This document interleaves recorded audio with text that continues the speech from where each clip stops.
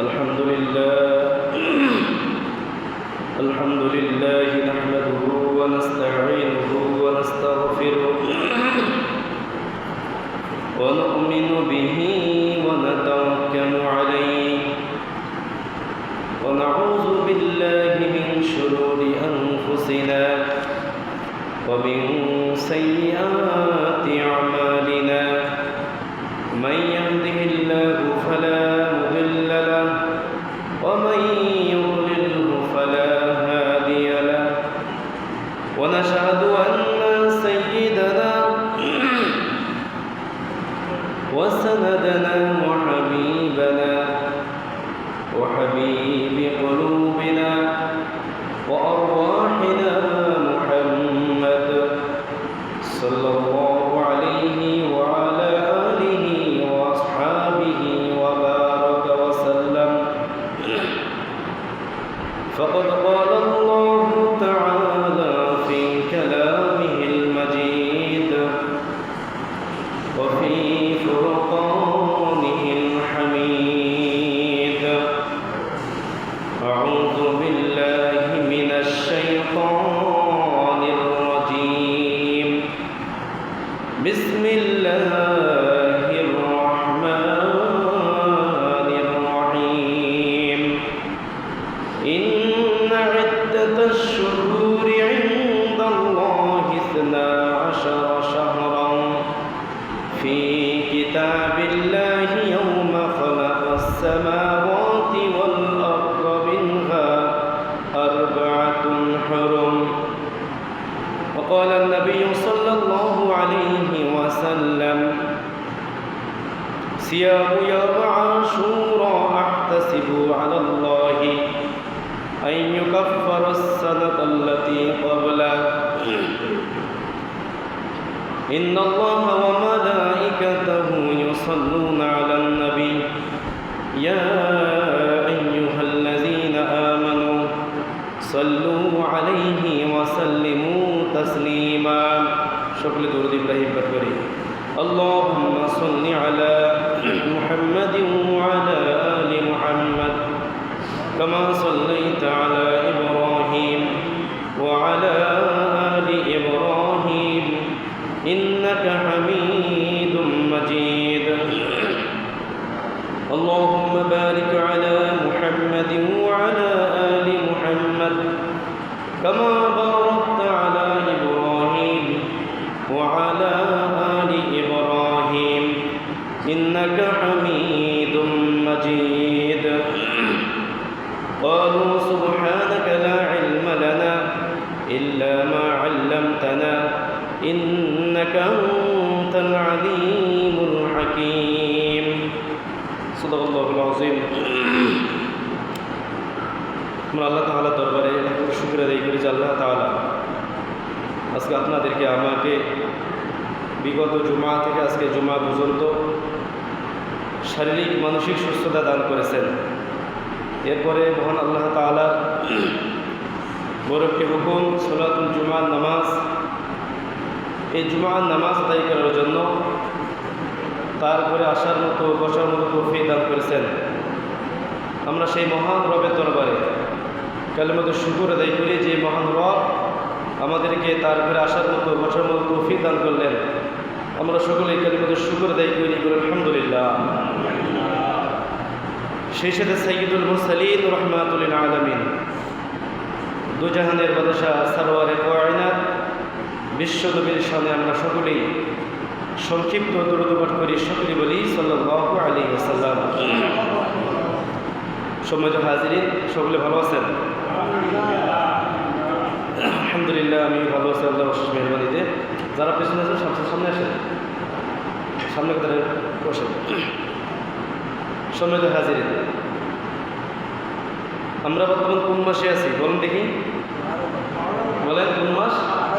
আলহামদুলিল্লাহ, আমরা একটা বরকতময় একটি মাস মহরম মাসে আমরা উপস্থিত। অর্থাৎ আজকে মহরম মাসের দ্বিতীয় জুমা চলতেছে। এই মহরম মাসের বিশেষ গুরুত্ব এবং ফজিলত রয়েছে এবং বিশেষ করে 10ই মুহররম আলাদা একটা গুরুত্ব আছে। এজন্য আজকের আলোচনার বিষয় হচ্ছে মুহররম মাসের গুরুত্ব এবং ফজিলত। আমরা আজকের আলোচনা থেকে জানতে পারব মুহররম মাসের ফজিলত এবং বিশেষ করে 10ই মুহররমের কী তাৎপর্য রয়েছে। এর পাশাপাশি এই 10ই মুহররমে আল্লাহ রাব্বুল আলামিন অনেকগুলো বড় বড় ঘটনা ঘটিয়েছেন। তার মধ্যে বিশেষ 10টি বড় বড় ঘটনা রয়েছে। অথবা অতগুলো কথা বলার সময় হবে না, যে জুমার দিন, তারপরেও গুরুত্বপূর্ণ কিছু কথাগুলো বলার চেষ্টা করব ইনশাআল্লাহ। ওয়া মা তাওফীক ইল্লা বিল্লাহ। সম্মানিত হাজিরিন, মুহররম মাস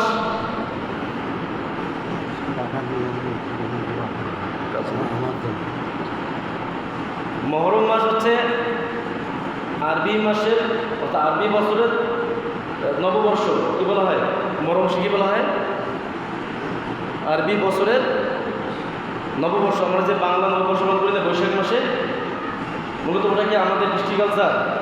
বলেন না, বৈশাখ কার কৃষ্টি কালচার? এরা হচ্ছে খ্রিস্টানদের, ইহুদিদের, বেধর্মীদের, ঠিক না? আমরা ওই নববর্ষটাকে আমরা বরণ করি, মুসলমানেরা ওই নববর্ষটাকে পালন করে। আসলে আমাদের নববর্ষ হচ্ছে মুহররম মাস। কোন মাস বলেন? মুসলমানদের নববর্ষ কোন মাস? মুহররম মাস। কিন্তু অনেক মানুষ আছে জানেই না কোন মাস চলতেছে। আপনি খোঁজ করলে পাবেন, অসংখ্য মুসলমান পাওয়া যাবে, তারা আজও অবধি জানে না এটা কোন মাস চলতেছে, আরবি মাস। কিন্তু ইংরেজি মাসে বলতে পারে, ঠিক না? ইংরেজি মাস বলতে পারে। আমরা যে বাঙালি, আমরা বাংলা মাসটাও বলতে পারি না। পারি কি? অনেক মানুষ বাংলা মাসটাও বলতে পারে না, আরবি তো দূরের কথা, কিন্তু ইংরেজি মাসটা মোটামুটি সকলেই বলতে পারে। এটা আমাদের জন্য কিন্তু দুঃখজনক বিষয়। আমাদের সব সময় ইসলামিক কৃষ্টি কালচারগুলো ধারণ করা দরকার। ওইদিকে যাব না। তাহলে এই মুহররম মাস হচ্ছে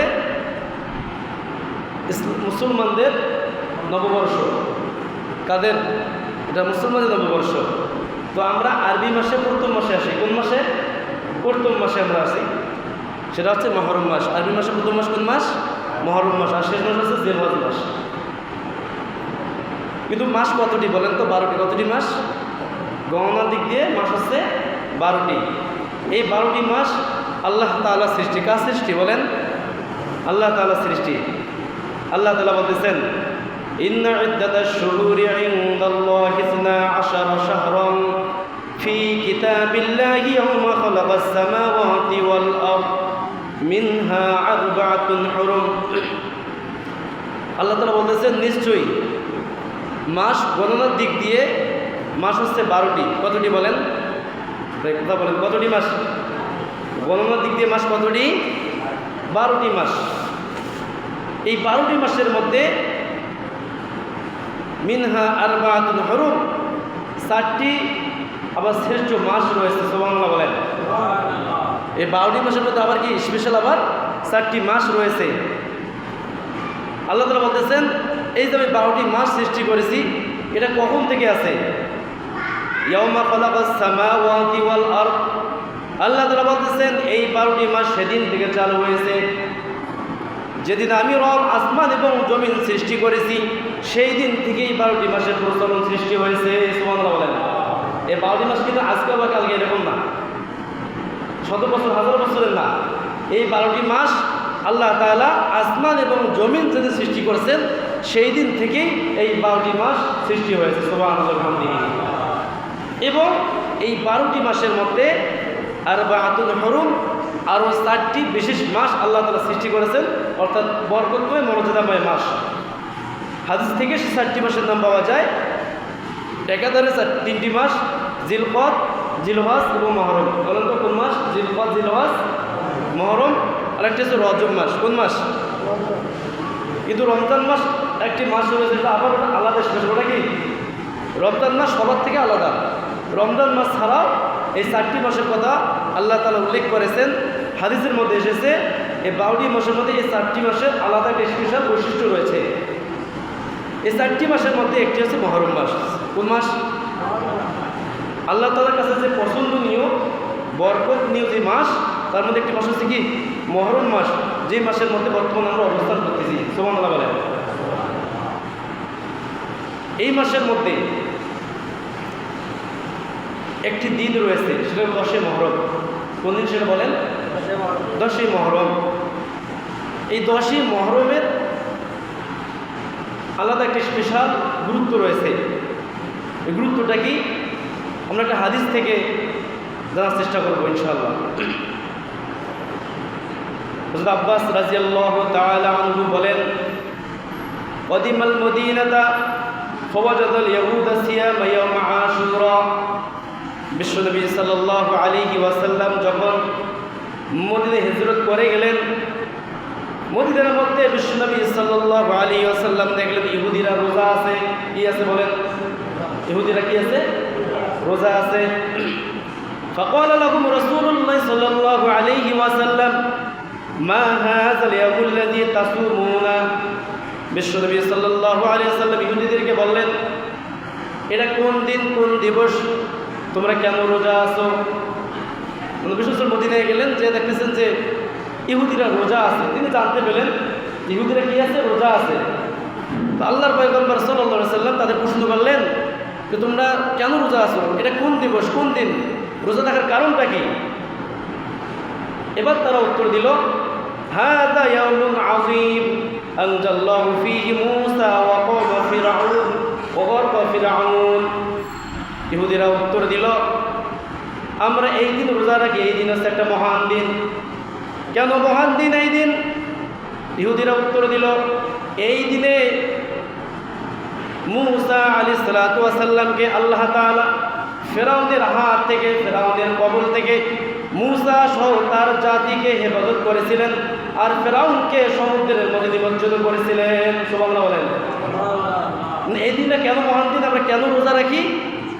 এই দিনে হযরতে মূসা আলাইহিস সালাম কি করেছিলেন? ফিরআউনের হাত থেকে রক্ষা করেছিলেন এবং ফিরআউনকে ওই সমুদ্রের মধ্যে নিমজ্জিত করেছিলেন। আমরা সকলে অথবা জানি এই ঘটনাটা, যে আল্লাহ নবী মূসা আলাইহিস সালাম যখন আল্লাহর একত্ববাদের দাওয়াত দেওয়া শুরু করলেন, যখন বললেন যে এই পৃথিবীর ভূখণ্ডে একমাত্র রাজত্ব চলবে কার? বলেন না, কার চলবে? মূসা আলাইহিস সালাম যখন দাওয়াত দেওয়া শুরু করলেন, এই পৃথিবীর ভূখণ্ডের মালিক হচ্ছেন একজন আল্লাহ, যিনি এই পৃথিবীর সৃষ্টি করেছেন, একমাত্র তার আইনটাই চলবে। ওই সময় কিন্তু ফিরআউন পৃথিবী শাসন করেছিলেন। ওই সময় ফিরআউন নিজেকে খোদা বলে দাবি করেছিলেন। তিনি বলেছিলেন, আনা রব্বুকুমুল আলা, আমি তো হচ্ছি বড় রব, মহান রব, আমার থেকে আবার কে রব আছে? নাউজুবিল্লাহ বলেন। ফিরআউন বলেছিল। কিন্তু একটা সময় দেখা গেল আল্লাহর পয়গম্বর মূসা আলাইহিস সালাতু ওয়াস সালাম যখন মানুষের দ্বারে দ্বারে গিয়ে ইসলামের দাওয়াত দেওয়া শুরু করলেন, একাত্মবাদের দাওয়াত দেওয়া শুরু করলেন, একটা সময় দেখা গেল মানুষেরা দলে দলে মূসা আলাইহিস সালাতু ওয়াস সালামের আনিত ধর্মের মধ্যে ঈমান আনা শুরু করে দিল। সুবহানাল্লাহ বলেন। এই দৃশ্য দেখে ফিরআউনের মাথা ঘুরে গেল, তার সংশয় হলো, সন্দেহ হলো। সে ভাবতে শুরু করলো, হয়তো বা কিছুদিন যদি এভাবে চলতে শুরু করে, এমন একটা সময় আসবে আমার আর খোদাদারিত্ব চলবে না, আমার রাজত্ব চলবে না। ভয় পেয়ে গেল। এরপরে ফিরআউন কি করলো? লম্বা ইতিহাস বলার সুযোগ নাই, শুধু মূল পয়েন্টটা বলতেছি। যখন দেখলো যে মূসা আলাইহিস সালাম একাত্মবাদের দেওয়া শুরু করেছেন, এরপরে তার ডাকে মানুষ সাড়া দেওয়া শুরু করলেন, তখন তার ভয় হলো এমন হয়তো একদিন আসতে পারে আমার রাজত্ব আর থাকবে না, আমার রাজত্ব আর চলবে না, আমাকে আর মানুষ খোদা বিলেও মানবে না। তখন মূসা নবীকে তারা পাকড়াও করতে শুরু করলো, তার বিরোধিতা করা শুরু করলো। অনেকভাবে তাকে শাস্তি দিয়েছিল, তাকে কষ্ট দিয়েছিল। শেষ স্টেপ তাকে কী করবে? মারবে। তাকে কী করবে? তাকে শুধু নয়, তার যত অনুসারী রয়েছে তাদেরকেও হত্যা করবে। এই প্ল্যান পরিকল্পনা করলো। মূসা নবীকে আল্লাহ তাআলার পক্ষ থেকে মেসেজ পাঠানো হলো, হে আল্লাহর পয়গম্বর, আপনি সফরে যান, আপনি হিজরতের উদ্দেশ্যে বের হন, আপনার যারা অনুসারী রয়েছে তাদেরকে নিয়ে বের হন। আপনাকে মারার জন্য ফিরআউন কী করেছে? প্ল্যান প্রোগ্রাম করেছে। আল্লাহর পয়গম্বর মূসা আলাইহিস সালাতু ওয়াস সালাম কী করলেন? তার অনুসারী যারা ছিল তাদেরকে নিয়ে তিনি রওনা দিলেন।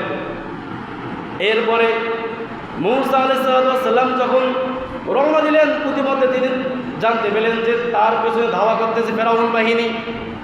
মূসা আলাইহিস সালাম যাইতে থাকলেন। একটা সময় সেই সমুদ্রের নিকট চলে গেলেন, সামনে সমুদ্রের পেছনে ফেরাউন বাহিনী। মূসা আলাইহিস সালাম অনুসারীরা ধৈর্যহারা হয়ে গেল, তারা ভীত সন্ত্রস্ত হয়ে গেল, তারা চিল্লাচিল্লি শুরু করে দিল, এখন তো আমাদের বাঁচার কোনো পথ নেই, সামনে সমুদ্রের পেছনে কে বলেন ফেরাউন বাহিনী, সমুদ্রে নামলে তো আমরা মৃত্যুবরণ করবো, পিছনে গেলেও তো ফেরাউন বাহিনী আমাদেরকে শেষ করে দেবে, এখন কী করব। ওই সময় মূসা আলাইহিস সালাম বলল, ও আমার অনুসারীরা তোমরা ভয় পেও না, আমরা যে আল্লাহর প্রতি ঈমান এনেছি, অবশ্যই আল্লাহ তাআলা আমাদের পথ বাতলিয়ে দেবে। সুবহানাল্লাহ বলেন। এরপর আল্লাহর পক্ষ থেকে ওহী চলে আসলো। আল্লাহ তাআলার পক্ষ থেকে জিবরাইল আলাইহিস সালাম বলল, ও আল্লাহর পয়গম্বর, আপনার হাতে যে একটা লাঠি রয়েছে, এই লাঠি দিয়ে আপনি সমুদ্রের মধ্যে বাড়ি মারেন, সমুদ্রের মধ্যে বাড়ি মারলে আল্লাহর পক্ষ থেকে রাস্তা তৈরি হয়ে যাবে। সুবহানাল্লাহ বলেন। আল্লাহর পয়গম্বর কি করলেন, লাঠি দিয়ে সমুদ্রে বাড়ি মারলেন, বাড়ি মারার সঙ্গে সঙ্গে আল্লাহর হুকুমেই একটা বড় রাস্তা হয়ে গেল। সুবহানাল্লাহ।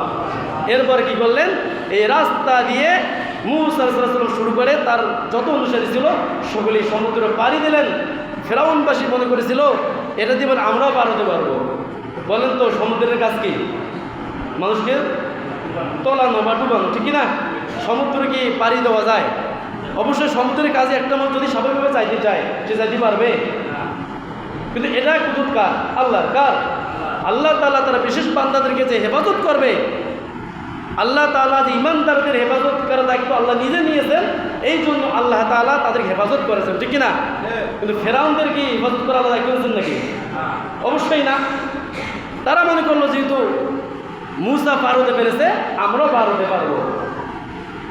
এরপরে যখন মূসা আলাইহিস সালাম পার হয়ে গেলেন, ওই মুহূর্তে ফেরাউন এবং তার দলবল সহ ওই রাস্তার মধ্যে শুরু করে দিলেন পাড়ি দেওয়া। ঠিক সমুদ্রে যখন মাছ বরাবর চলে গেলেন, তখনই আবার আগের মতো পূর্বের ন্যায় সমুদ্র আকার ধারণ করলো।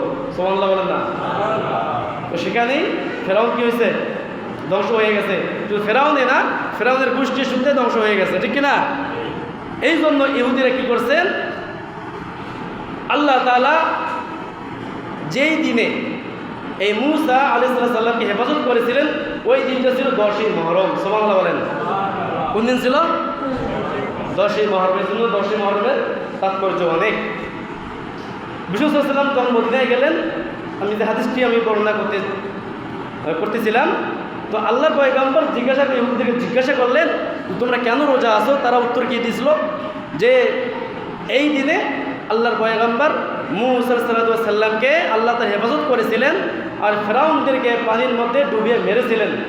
এই জন্য মূসা আলাইহিস সালাম কী করেছিলেন, আল্লাহ তাকে হেফাজত করেছেন, হেফাজত করার নিমিত্তে শুকরিয়া আদায় হিসেবে তিনি রোজা রাখছিলেন এই দিন। সুবহানাল্লাহ বলেন। ফানাহনু নাসুমু, এই জন্য আমরাও এই দিনে রোজা রাখি। এবার দেখেন বিশ্বনবী কি বললেন। বিশ্বনবী সাল্লাল্লাহু আলাইহি ওয়াসাল্লাম বললেন, ফানাহনু আহাক্কু উলা বিমূসা মিনকুম। আল্লাহর পয়গম্বর যখন ইহুদিদের কাছ থেকে শুনলেন যে এই দিনের তাৎপর্য কেন রোজা রাখার, এবার আল্লাহর পয়গম্বর বিশ্বনবী সাল্লাল্লাহু আলাইহি ওয়াসাল্লাম বলেন, মূসার ব্যাপারে, মূসার জন্য যদি তোমরা রোজা রেখে থাকো, তার থেকে তো আমি বেশি হকদার রোজা রাখা, কারণ মূসা আমার তো ভাই, ঠিক কিনা? মূসা কার ভাই? এক নবী আর নবীর কি ভাই। ইহুদিরা যদি মূসা আলাইহিস সালামের এই পরিত্রাণের ব্যাপারে যদি তারা রোজা রাখতে পারে, আল্লাহ পয়গম্বর বলে তার থেকে তো আমি বেশি হকদার, আমার তো বেশি রোজা রাখা দরকার, সেটা আমার দিনই ভাই। এই জন্য বিষ্ণু বললেন, আমি তো বেশি হকদার, মূসা আলাইহিস সালামের ব্যাপারে যে রোজা তোমরা আসো, এইটার ব্যাপারে আমি বেশি হকদার, অর্থাৎ আমি নিজেই রোজা থাকবো। সাহাবাদেরকে বললো, ও আমার রবি সিয়ামি, এবং আব্বাস রাদিয়াল্লাহু বললেন, বিষ্ণু বলেন আমিও রোজা থাকবো, তোমরাও রোজা থাকবা। সুবহানাল্লাহ। তাহলে বলেন এই 10ই মুহররমের একটা গুরুত্ব আমরা পেলাম কি? এই দিনে আল্লাহর পয়গম্বর মূসা নবীকে আল্লাহ তাআলা হেফাজত করেছিলেন। সে কোন দিন বলেন? 10ই মুহররম। বিষ্ণু সাল্লাল্লাহু আলাইহি ওয়াসাল্লামের একটি হাদিস থেকে আমরা পাই, এই দিনের রোজা আল্লাহ তাআলার কাছে বড় বরকতময়। আল্লাহ তাআলা হাদিসের মধ্যে বলেছেন, শাহরুল্লাহিল মুহাররম। আল্লাহ বলেছেন এই মুহররম মাসটা আমার মাস। সুবহানাল্লাহ বলেন। আল্লাহ বলেছেন শাহরুল্লাহিল মুহাররম, এই মুহররম মাসটা হচ্ছে আমার মাস। কার মাস? আল্লাহর মাস। কার মাস? আল্লাহ অন্য মাসের ব্যাপারে এই কথাটা বলে নাই। আল্লাহ মহরম মাসের ব্যাপারে বলেছেন শাহরুল্লাহিল মুহাররম, এই মহরম মাসটা স্পেশাল আমার মাস। সুবহানাল্লাহ বলেন। আর এই মাসের মধ্যে কি ফজিলত রয়েছে? বিশ্বনবী সাল্লাল্লাহু আলাইহি ওয়াসাল্লাম বলেছেন আফদালুস সিয়ামি বা'দা শাহরি রমাদান সিয়ামু শাহরুল্লাহিল মুহাররম। আল্লাহর নবী সাল্লাল্লাহু আলাইহি ওয়াসাল্লাম বলেন রমজানের পরে যতগুলো মাস রয়েছে, যতগুলো দিবস রয়েছে, অন্য কোনো দিবসে বিশ্বনবী সাল্লাল্লাহু আলাইহি ওয়াসাল্লাম রোজার ব্যাপারে এত গুরুত্ব দিতেন না যত গুরুত্ব দিতেন এই 10 মুহররমে। সুবহানাল্লাহ বলেন। রমজান মাসটা আলাদা স্পেশাল মর্যাদা রয়েছে। রমজানের বাইরে যতগুলো দিবস রয়েছে, যতগুলো দিন রয়েছে, বিশ্বনবী সাল্লাল্লাহু আলাইহি ওয়াসাল্লাম 10 মুহররমে আলাদা একটা গুরুত্ব দিতেন, অর্থাৎ রোজা থাকতেন। সুবহানাল্লাহ বলেন। এই জন্য আমরা রোজা রাখার চেষ্টা করব। এই রোজার মধ্যে ফজিলত রয়েছে, অনেক বরকত রয়েছে। কি বরকত রয়েছে? বিশ্বনবী সাল্লাল্লাহু আলাইহি ওয়াসাল্লামের হাদিস থেকে আমরা পাই এই রোজা কেউ যদি রাখে, কোন রোজা? 10 মুহররম, আশুরা রোজা। কিসের রোজা? এই আশুরা রোজা কেউ যদি রাখে, আল্লাহর পয়গম্বর বলেন এই রোজা রাখার কারণে বিগত একটি বছরের গুনাহের কাফারা হয়ে যায়। সুবহানাল্লাহ। আল্লাহর পয়গম্বর বলতেছেন সিয়ামু ইয়াউম আশুরা আহতাসিবু আলাল্লাহি আন ইউকাফফিরাস সানাতাল্লাতী ক্বাবলা। আল্লাহর পয়গম্বর বলেন আমি আশা করি এই আশুরা রোজার মাধ্যমে আমার এবং আমার উম্মতের বিগত একটি বছরের গুনাহের জন্য কাফারা হয়ে যাবে। সুবহানাল্লাহ জোরে বলেন না ভাই। একটি রোজা, কয়টি রোজা? একটি রোজা কেউ যদি রাখে, 10 মুহররমের রোজা কেউ যদি রাখে, বিগত একটি বছরের গুনাহের কাফারা মানে কি? একটি বছরের গুনাহ আল্লাহ তাআলা মাফ করে দেবে। গুরুত্ব কম না বেশি? তা আমাদের অবশ্যই নিয়ত করা প্রয়োজন রোজা রাখা, ঠিক কিনা? নিয়ত করতে পারি তো নাকি? অনেক গুরুত্ব এটা। বিশ্বনবী সাল্লাল্লাহু আলাইহি ওয়াসাল্লাম তার জীবদ্দশায় 4টি আমল কখনো ছাড়তেন না। কয়টি আমল বলেন? জোরে বলেন, কয়টি আমল? তার জীবদ্দশায় তিনি 4টি আমল কখনোই বর্জন করতেন না। তিনি যতই কষ্টে থাক না কেন, যতই সমস্যায় থাক না কেন, এই 4টি আমল কখনো তিনি ছাড়তেন না। আম্মা হাফসা রাদিয়াল্লাহু তাআলা আনহা বলেন আল্লাহর নবী সাল্লাল্লাহু আলাইহি ওয়াসাল্লাম 4টি আমলের ব্যাপারে বেশি যত্নবান ছিলেন। 4টি আমল তিনি কখনো ছাড়তেন না। 1 নম্বর হচ্ছে আশুরার রোজা। বলেন 1 নম্বর কি? 2 নম্বর জিলহজ মাসের রোজা, অর্থাৎ জিলহজ মাসের প্রথম 1 তারিখ থেকে 9 তারিখের রোজা। 3 নম্বর আইয়ামে বীজ, অর্থাৎ প্রত্যেক চন্দ্র মাসের 13, 14 এবং 15 3টি রোজা। 4 নম্বর ফজরের সালাতের আগে 2 রাকাত সুন্নত নামাজ। সুবহানাল্লাহ বলেন। 4টি আমল। বলেন কয়টি আমল? 1 নম্বর আমল তিনি আশুরার রোজা কখনো ছাড়তেন না। এই হাদিসের মধ্যে পেলাম যে আশুরার রোজার কত গুরুত্ব। আল্লাহর পয়গম্বর তিনি যে বিশেষ 4টি আমল করেছিলেন তার মধ্যে একটি আমল ছিল আশুরার রোজা। তিনি আশুরার রোজা কখনো ছাড়েননি। সাহাবাদেরকেও এই আশুরার রোজার ব্যাপারে সবসময় গুরুত্ব দিতেন, তারাও রোজা রাখতেন। এই জন্য আমরাও চেষ্টা করবো ইনশাআল্লাহ।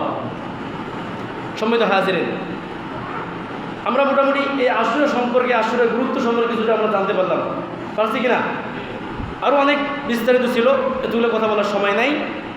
এখন আমরা জানার চেষ্টা করব এই 10 মুহররমে আমাদের করণীয়টা কি। আমরা তো 10 মুহররম আসলে অনেক কিছুই করি, আসলে কি এগুলো কি ইসলাম সমর্থন করে কিনা এগুলো দেখার দরকার আছে না নাই? ইসলাম আমাদেরকে এই আশুরা এলে আমরা কি করতে পারি, ইসলাম আমাদেরকে কী দিক নির্দেশনা দিয়েছে আমাদেরকে একটু জানার দরকার। সহজভাবে আমরা জানতে পেরেছি, ইতিমধ্যে আমরা জানতে পেরেছি যে 10 মুহররম আসলে আমাদের প্রথম যেটা কাজ সেটা কি বলেন না ভাই? বলেন না, কী করবেন? বলেন কি করবেন? 2-3 বলেন। রোজা রাখবো। কী রাখবো? এই আশুরা অর্থাৎ 10 মুহররমে আমাদের প্রথম এবং প্রধান কাজ হচ্ছে রোজা রাখা। কি রাখা? আমরা যদি আশুরাটাকে যদি মনে করি যে না এটা গুরুত্বপূর্ণ একটা দিন, তাহলে আমাদেরকে এই গুরুত্বর দিক দিয়ে আমাদের প্রথম যেটা করণীয় সেটা হচ্ছে আমাদেরকে রোজা রাখতে হবে। কি রাখতে হবে? এই শিক্ষাটা কে দিয়েছেন? বিশ্বনবীকে শিক্ষা দিয়েছেন। যদি বিশ্বনবী সাল্লাল্লাহু আলাইহি ওয়াসাল্লাম নিজেই রোজা ছিলেন, সাহাবাদেরকেও রোজা রাখার জন্য তাগিদ দিয়েছেন, তার মানে এই রোজাটা আমাদেরকেও থাকতে হবে। ঠিক কিনা? যদি আমরা আশুরাকে পালন করতে চাই, কিন্তু রোজা যদি কেউ না থাকে কোনো সমস্যা না, এটা হচ্ছে মুস্তাহাব। এই রোজা রাখা কি বলেন? বলেন না, এই রোজা রাখা কি? কিন্তু এক হাদিসের মধ্যে পাওয়া যায় রমজানের রোজা ফরজ হওয়ার আগে এই মহরমের রোজা ফরজ ছিল, কি ছিল? মানে এই মহরমের রোজাটা বাধ্যতামূলক ছিল। কিন্তু যখনই এই রমজানের রোজা ফরজ হয়ে যায়, বিষ্ণু সাল্লাল্লাহু আলাইহি ওয়াসাল্লাম তখন বললেন যে তোমরা মহরমের রোজা তোমরা যদি মনে করো যে রাখতে পারো, যদি মনে করো যে ছাড়তে পারো, তবে রাখাটাই উত্তম। সুবহানাল্লাহ বলেন। কিন্তু এই রমজানের রোজা খরচ হওয়ার আগে অবধি পর্যন্ত এই মহরমের রোজাটা কেউ কখনো ছাড়তো না। সম্মানিত হাজিরিন, এই মহরম মাসে অর্থাৎ আমাদের প্রথম যেটা করণীয়, যেটা পেলাম, আমাদেরকে রোজা রাখতে হবে। কি রাখতে হবে বলেন? এবং আমাদেরকে একটা রোজা দিলে হবে না, আমাদেরকে রোজা রাখতে হবে দুইটা। কয়টা বলেন? কয়টা রোজা দিতে হবে?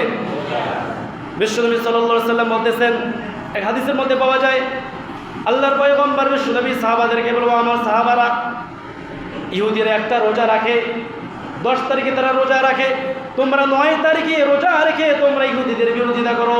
সুবহানাল্লাহ বলেন।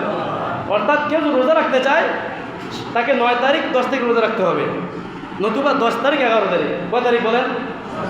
9 তারিখ 10 তারিখ, নতুবা 10 তারিখ 10 তারিখ রাখতেই হবে। তার একদিন আগেও আমরা একটা রাখতে পারি, আবার 10 তারিখের পরেও 11 তারিখও রাখতে পারি। রাখতে হবে কয়টা বলেন? যে ইহুদিরা একটি রোজা রাখে, সেই ক্ষেত্রে বিষ্ণু বলেছেন ইহুদিরা যদি একটা রোজা রাখে, আমরা যদি একটা রোজা রাখি, তাহলে আমাদের সঙ্গে ইহুদিদের রোজাটা মেনে যায়।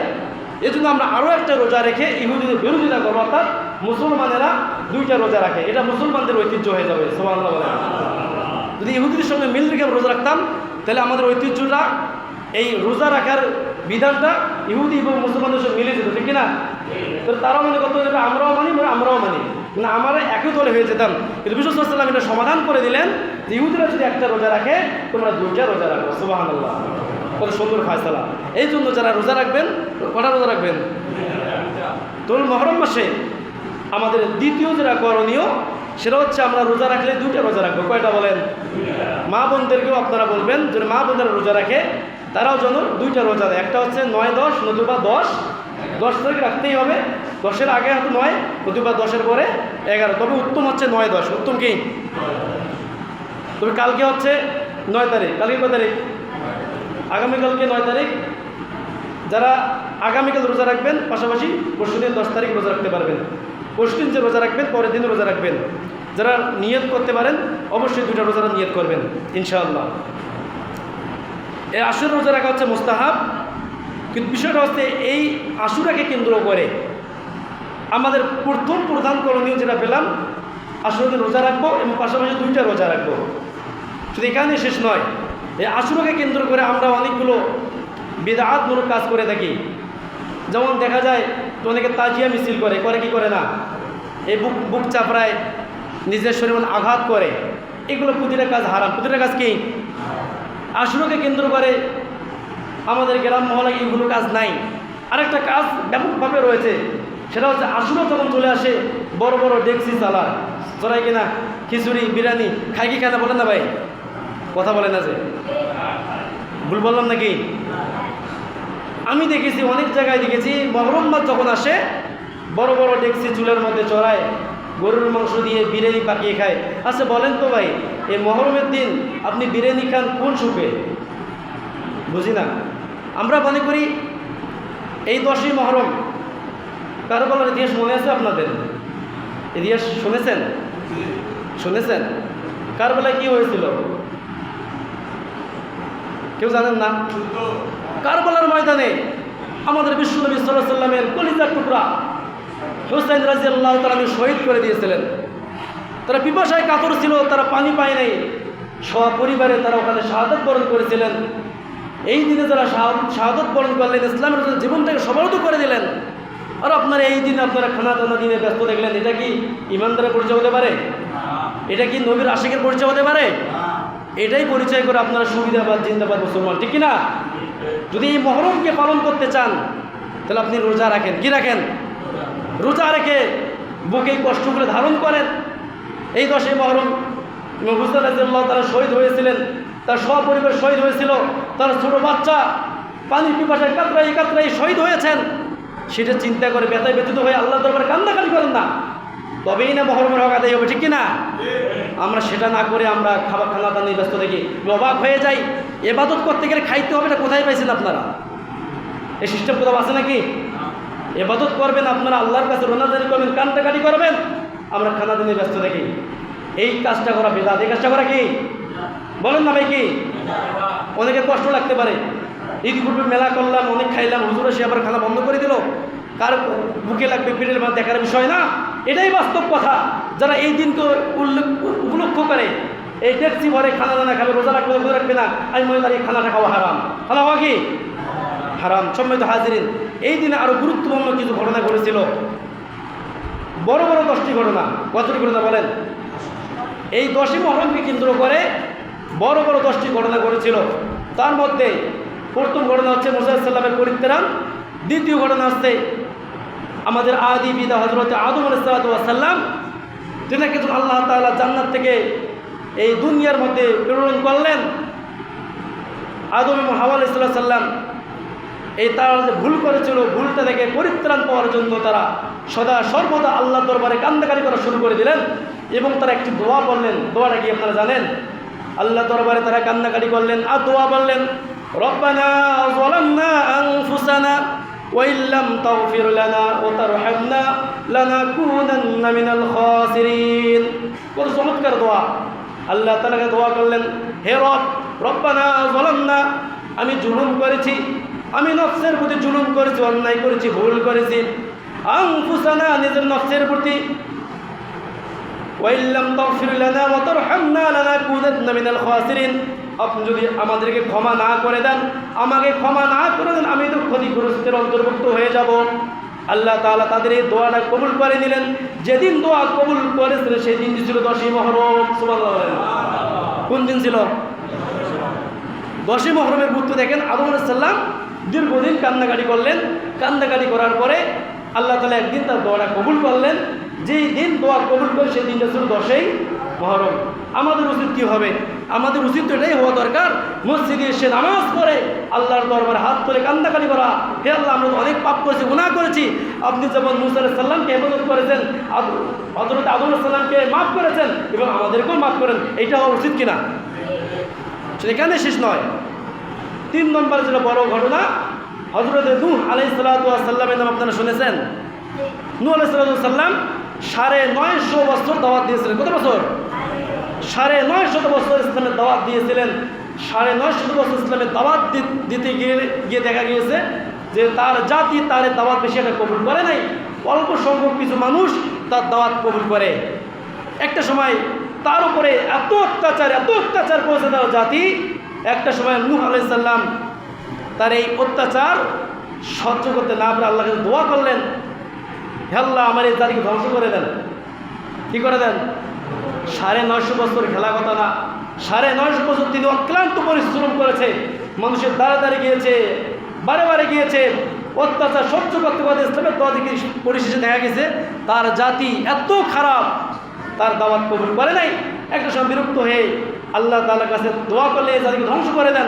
আল্লাহ তাআলা মেসেজ পাঠাইলেন, ও আমার পয়গম্বর, আপনি একটা কিস্তি তৈরি করেন, নৌকা তৈরি করেন। সুবহানাল্লাহ বলেন। ওই সময় নৌকা কীভাবে বানাবে তিনি তো জানে না। সরাসরি জিবরাইল সালাম আসলেন, আর সে জিবরাইল সালাম নিজেই দেখে দিলেন, এইভাবে আপনি নৌকা তৈরি করেন। নৌকা তৈরি হলো। এরপরে আল্লাহর পক্ষ থেকে মেসেজ আসলো, আপনি আপনার যারা অনুসারী রয়েছে তাদেরকে নৌকার মধ্যে উঠান। এটা লম্বা ঘটনা আছে, সংক্ষিপ্ত কথাটা বলে দিচ্ছি। নৌকার মাধ্যমে উঠান। হযরত নূহ আলাইহিস সালামের 4 জন সন্তান ছিল। কজন সন্তান? হাম, শাম, ইয়াফাস এবং কেনান। তার মধ্যে 3 জন ছিল ইমানদার, আর কেনান ছিল বেঈমান। সেই কেনান কিন্তু কি করে নাই? ইসলাম গ্রহণ করে নাই। আল্লাহর পয়গম্বর কি করলেন? তার এই যারা অনুসারী ছিল তাদেরকে উঠাই দিলেন, এবং নূহ আলাইহিস সালামের স্ত্রীকে ইসলাম গ্রহণ করে নাই। এরপরে কিছুক্ষণের মধ্যে আল্লাহ বলল, তোমরা সকলেই নৌকায় উঠাও তোমাদের অনুসারীদেরকে। এখন বৃষ্টি শুরু হবে, বন্যা শুরু হবে। কিছুক্ষণের মধ্যে প্লাবন শুরু হয়ে গেল। হাদিসের মধ্যে আসছে, এখন তো বন্যা হলে, বৃষ্টি হলে আসমান থেকে শুধু পানি পড়ে। ওই সময় শুধু আসমান থেকে পানি পড়ে নাই, জমিন ফেটেও পানি বের হয়ে গিয়েছিল। একটা সময় যখন দেখা গেল প্রচুর পানি হয়ে গিয়েছে, 10 ফিট, 20 ফিট, 30 ফিট পানি হয়ে গিয়েছে, তার সন্তান ঢুকতেছে পানির মধ্যে। এবার আল্লাহ তাআলার কাছে নূহ আলাইহিস সালাম বলল, রব্বুল আলামিন আমার সন্তান কেনান তো ডুবে যাচ্ছে। এবার আল্লাহ তাআলা বলল, ডুবলে কি হবে, সে তো বেঈমান, তাকে নৌকে নেওয়া যাবে না। এক সময় তারপরেও নূহ আলাইহিস সালাম তার সন্তানকে দাওয়াত দিল, আমার বাবা ও আমার সন্তান, আমার চোখের সামনে তুমি ডুবে মরবে, এটা আমার সহ্য হবে না, তুমি এখন ঈমান গ্রহণ করে আমার নৌকার মধ্যে চলে আসো। ওই সময় সন্তান বলেছিল, না আমি নৌকায় উঠবো না, বড় বড় পাহাড় দেখা যায়, পাহাড়ের মধ্যে উঠবো, ওখানে উঠলে আমি বেঁচে যাব। একটা সময় দেখা গেল আল্লাহর পক্ষ থেকে এত প্লাবন হলো, পাহাড়ের উপর দিয়েও পানি চলে গেল, তার কেনান তার স্ত্রী মৃত্যুবরণ করলো। এরপরে দেখা গেল হাদিসের মধ্যে এসেছে এই বন্যাটা 40 দিন ছিল। কতদিন বলেন? ওই সময় সমস্ত মানুষ ধ্বংস হয়ে গেল, শুধুমাত্র কেবলমাত্র নূহ আলাইহিস সালামের অনুসারীরা বেঁচে গেল। দীর্ঘদিন জলোচ্ছ্বাস হওয়ার পরে, বন্যা হওয়ার পরে জুতি পাহাড়ে তার এই নৌকাটা থামলো। আল্লাহ নবী সাল্লাল্লাহু আলাইহি ওয়াসাল্লাম হাদিসের মধ্যে বলেন, যেই দিন যেই সময় ওই তার নৌকাটা জুতি পাহাড়ের সামনে, সেই দিনটা ছিল 10ই মুহররম। সুবহানাল্লাহ বলেন, কত বড় গুরুত্ব। আরও অনেকগুলো কথা ছিল, কথাগুলো বলার সময় নাই। এই দিন হযরত ইউনূস আলাইহিস সালাম পরিত্রাণ পেয়েছিলেন। কোন নবী বলেন? ইউনূস আলাইহিস সালাম মাছের পেটে গেছিলেন না, সমুদ্রের অন্ধকার, মাছের অন্ধকার। এরপর আল্লাহ তাআলা কাছে দিন দোয়া করলেন, লা ইলাহা ইল্লা আনতা সুবহানাকা ইন্নী কুনতু মিনাজ জালিমিন। এই দোয়াটা যেদিন আল্লাহ কবুল করেছিলেন, সেই দিনটা ছিল কোন দিন? 10ই মুহররম। এরপরে হযরতে ঈসা আলাইহিস সালাম এই দিনে জন্মগ্রহণ করেছেন। সুবহানাল্লাহ বলেন। এবং এই দিনে হযরত ইব্রাহিম আলাইহিস সালাম তাকে যে আগুনের কুণ্ডুলিতে ফেলানো হয়েছিল, এই দিন আল্লাহ তাআলা তাকে পরিত্রাণ দিয়েছিলেন। সুবহানাল্লাহ বলেন। এরকম অসংখ্য ঘটনা রয়েছে। তো সম্মানিত হাজিরিন, আজকের আলোচনা থেকে আমরা এতটুকু বুঝতে পেলাম যে এই মহরম মাসের আলাদা স্পেশাল গুরুত্ব রয়েছে, আছে কি না? আমরা যদি এই মহরম মাসকে গুরুত্ব দিতে চাই, স্পেশালভাবে 10ই মুহররমকে গুরুত্ব দিতে চাই, তাহলে আমাদের প্রথম যেটা কাজ, আমাদের রোজা রাখতে হবে। কী রাখতে হবে? দ্বিতীয় যেটা কাজ, যেমনিভাবে এই নবী রাসূলদেরকে আল্লাহ তাআলা হেফাজত করেছিলেন, তাদেরকে মাফ করে দিয়েছিলেন, তাদেরকে বিভিন্ন বিপদ থেকে হেফাজত করেছিলেন, আমরাও আশা করতে পারি এই দিনে মসজিদে এসে নামাজ পড়ে আল্লাহর দরবারে হাত সম্প্রসারিত করে যদি বলি, আল্লাহ আমাদের উপর থেকে যাবতীয় বালা মুসিবত দূর করে দেন, আমি মনে করি আল্লাহ তাআলা আমাদের বালা মুসিবত দূর করে দেবে, ঠিক কিনা? এজন্য আসুন আল্লাহ তাআলা আমাদের সকলকেই